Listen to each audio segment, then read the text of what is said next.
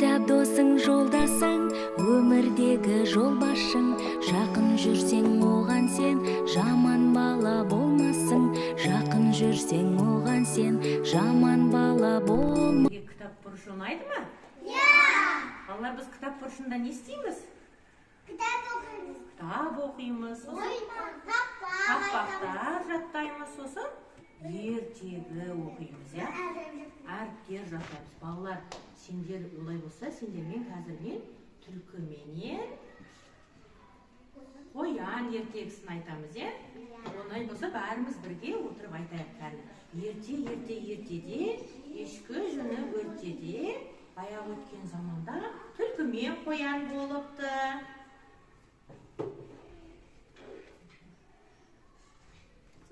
Қоянсан, екеуміз дос емессің, бірге тұрайықшы. Жарайды досым, біз досымыз ғой, бірге тұрсақ тұрайық, жолға шықтырет. Деді да қоян түлкіні өзінің үйіне қонаққа шақырады. Түлкі құлы ойлап, өзінің үйі мұздан тұрғаннан кейін, ол еріп кеткеннен кейін қоянды қуып шығады. Қоян байғұс жылап отырған кезде оған көмекке кім келеді, балалар? Қойда неге жылап отырсың? Жыламай қайтайын. Түлкі мен үйімнен қуып шықты.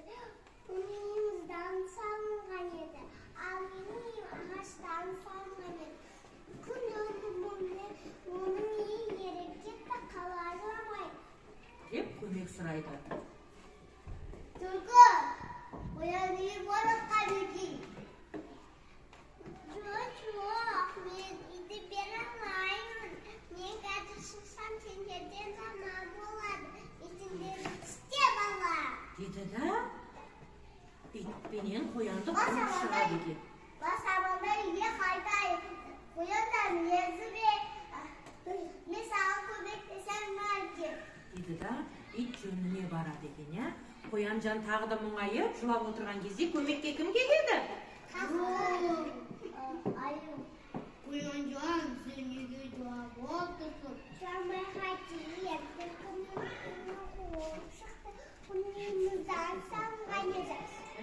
Ал менің үйім ағаштан салынған еді. Бір жылына оның үйі еріп кетті, қалай жыламай? Жүрмесін, мен мықтым. Ей түлкі, қоян ең болат